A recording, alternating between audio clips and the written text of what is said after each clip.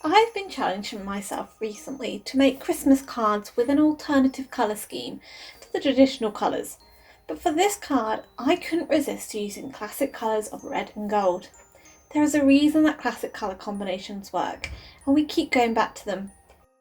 The Wow and Jillian Vance Design teams are hopping along today with lots of inspiration along the way, and of course there are prizes along the hop too.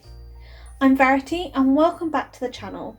If you're new here, why not think about subscribing so you don't miss out on my next video. So this card uses the Jingle All the Way stamp set from Jillian Vance Designs, which has some great Christmas sentiments along with a couple of baubles and other festive decorations. To start off, I've trimmed a piece of red cardstock down to A2 card size, and I'm using an acrylic block to stamp the bauble outline stamp in Wow Clear Ultra Slow Dry Embossing ink.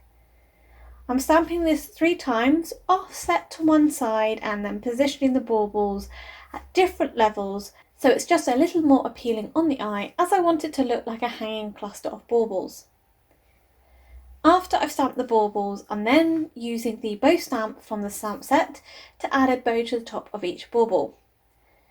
Next, I'm covering the stamping in Wow Metallic Gold Rich Pale Embossing Powder and heat setting this with my dual speed heat gun. Watching gold powder melt never gets old, it just looks so luxurious. To get the look as though these baubles are hanging down from the card panel, I'm just taking an embossing ink pen along with my T-ruler and drawing a straight line from the top down into each of the bows on the baubles. Again, I'm then covering this with the gold powder and heat setting. So now it looks as though those baubles are hanging from the top of the card. Next, I'm creating some masking by stamping the bauble 3 times onto some Inkadinkado masking paper and then fussy cutting these out. I wanted to add drama to the card by ink blending the edges of the card, but I didn't want this colour to go onto the baubles, so that's why I've made some mask, and I'll explain why I didn't want the colour to go into the baubles later on in the video. So once I've positioned the masks over the baubles, I'm using some blending brushes to apply ink to the edges and softening the colour out towards the middle. So the first colour I'm using is the Catherine Pooler Peppermint Scrub, which is a lovely dark red. And after that, I'm then going in with Royal Treatment to darken the edges. Although it's a purple and not necessarily a red, it can really add some drama to the card because it gives a dark, luxurious colour to the edge. So before proceeding to the next part, I'm then using my slow setting on my dual speed heat gun from Wow to dry the ink on the panel. I'm wanting to add embossing powder around the edge, but I don't want it to cover over all of that ink I've just applied. So I'm drying the panel to then control how much embossing powder I'm going to add to the edges. To do this, I'm using a small blending brush along with embossing ink to gently apply the clear ink around the edges.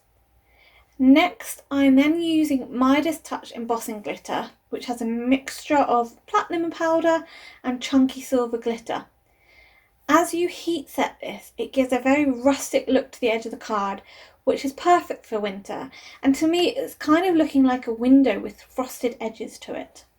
I'm then repeating applying the ink to the edges again, because this time I'm going to then add some gold powder over the top for it to then tie in with that gold embossing on the panel. Now I wanted to add more interest to the baubles on the card to make them stand out from the background more, and a great way to do this is to use a white gel pen. I'm just using the gel pen to draw in some decoration onto the baubles, and the white colour really pops against that red card. Now if I hadn't used the mask earlier on when I was ink blending, I would have been adding ink over the baubles. So when adding the white gel pen over the baubles, it would be sitting on top of that ink, and then the ink would start to discolour that white gel pen. However, if you like that look, then by all means you don't need to use the masks, but I wanted a lovely crisp white look to the baubles.